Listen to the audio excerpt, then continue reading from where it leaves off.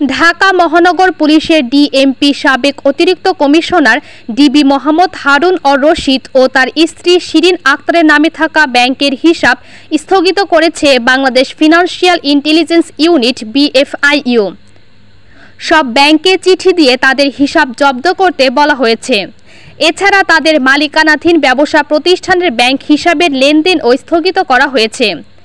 ওই চিঠিতে মোহাম্মদ হারুন অর রশিদের ছেলে মেয়ে, মাতাপিতা, ভাই ও বোনের হিসাবের তথ্য চাওয়া হয়েছে। বাংলাদেশ ব্যাংকের আর্থিক গোয়েন্দা সংস্থা বিএফআইইউ দেশের ব্যাংক ও আর্থিক প্রতিষ্ঠানগুলোর কাছে আজ রোববার এ সংক্রান্ত নির্দেশনা পাঠিয়ে দিয়েছে। এই নির্দেশনার ফলে এসব হিসাবে সব ধরনের লেনদেন বন্ধ থাকবে।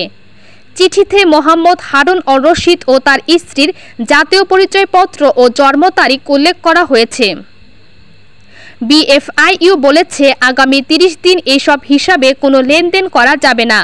কর্মকর্তারা জানিয়েছেন, তদন্তের প্রয়োজনে ব্যাংক হিসাবে লেনদেন স্থগিত করার সময় সাধারণত বাড়ানো হয়।